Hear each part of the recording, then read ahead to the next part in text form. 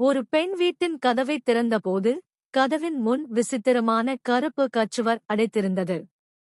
அந்த சுவரில் உலோகப் பொருளை வைத்தபோது அது தள்ளிப் போனது.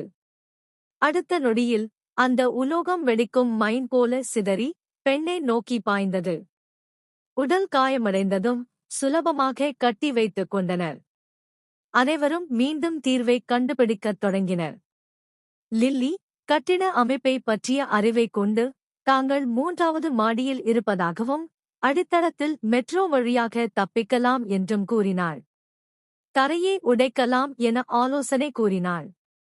டீம் துணியால் கயிறு கட்டி 2வது மாடிக்கு இறங்க அங்கு வசிக்கும் வயதான ஓலா துப்பாக்கியால் மிரட்டினாள். டீம் தனது திட்டத்தை விளக்க இறுதியில் ஓலாவின் பேத்தி லியா சமாதானப்படுத்தினாள். தரையை உடைக்கும் பொறுப்பை அண்டை வீட்டு காதல் ஜோடிக்கு கொடுத்தனர். அப்போது டீம் புகை எச்சரிக்கை கருவியில் கேமரா இருப்பதை கண்டுபிடித்தான்.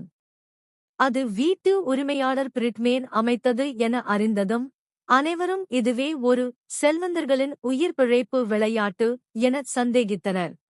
அவர்கள் உரிமையாளரின் அறையை உடைத்து பார்த்தபோது அவர் கதவின் முன் இறந்து கிடந்தார். 2 கைகளும் காணவில்லை. அதற்குள் யூரி வந்து தன்னை அண்டை வாடகையாளர் அந்தோனின் நண்பர் என அறிமுகப்படுத்தினான். அவர்கள் படுக்கையில் இறந்து கிடக்கும் அந்தோனை பார்த்தபோது சுவர் காந்த புலம் காரணமாக அவரது இதயக் கருவி செயலிழந்ததால் அவர் இறந்ததாக விளக்கினான்.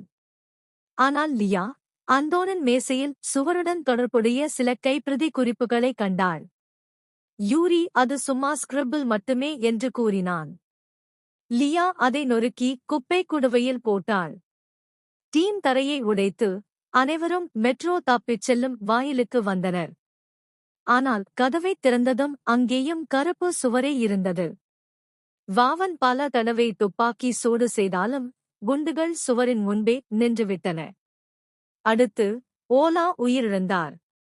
அனைவரும் மீண்டும் உரிமையாளரின் அறையைத் தேடினர். லியா அந்தோனின் நானோ டெக்னாலஜி பாதுகாப்பு நிறுவனம் தொடர்பான அடையாள அட்டையையும் குறியீடு போன்ற கைப்பிரதியையும் கண்டாள். அந்தோன் தற்கொலை செய்யவில்லை, யாரோ கொன்றார்கள் என சந்தேகித்தாள். கழுத்தில் ஊதா நிற கட்டுப்படும் ரோப் மார்க் இருந்தது. அப்போது அந்த மாடியில் யூரி மற்றும் அந்தோன் மட்டுமே இருந்ததால் யூரியே கொலைக்காரன் என லியா உணர்ந்தாள். அந்த நேரத்தில் யூரி வாவனை கொல்ல முயன்றான்.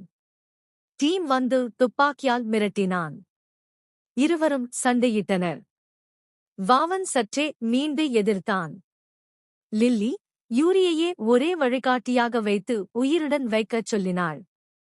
வாவன் யூரியை வற்புறுத்தியபோது யூரி கருப்பு சுவர் அணு, உயிரியல், வேதியியல் தாக்குதல்களிலிருந்து பாதுகாக்கும் பாதுகாப்பு அமைப்பு எனவும் வெளியில் உலக முடிந்துவிட்டது என்றும் நம்பினான். டீம் அந்தோனின் சேதமடைந்த மொபைல் தரவுகளை மற்றொரு போனுக்கு மாற்றி சுவரை ஸ்கேன் செய்தான். 4 பொத்தான்கள் தோன்றின. அவற்றை அழுத்தியதும் சுவர் அசைந்து கற்கள் மறைந்தன. ஒரு பெண் கை நீட்டியவுடன் அவளை உள்ளே இழுத்து துண்டு துண்டாக வெட்டியது. அதைக் கண்ட வாவன் கோபத்தில் யூரியை கொன்று பின்னர் தற்கொலை செய்தான். இறுதியில் டீம் மற்றும் லில்லி மட்டும் மீதமிருந்தனர். இருவரும் அந்தோனின் குறியீட்டை ஆராய்ந்து ஒளி மினுங்கும் வரிசையோடு பொருந்தும் எனக் கண்டுபிடித்தனர். லில்லி வெற்றிகரமாக கதவைத் திறந்து இருவரும் தப்பினர். வெளியே வந்தபோது முழு நகரமும் கருப்பு சுவரால் மூடப்பட்டிருந்தது. வானொலியில் நானோ தொழில்நுட்ப நிறுவனத்தில் ஏற்பட்ட தீ விபத்தால் இரகசிய பாதுகாப்பு அமைப்பு செயலிழந்தது. அதுவே இவ்வளவு பெரிய பேரழிவை உண்டாக்கியது என அறிவிக்கப்பட்டது. இத்துடன் படம் முடிகிறது. பார்வைக்கு நன்றி. மறுமுறை சந்திப்போம்.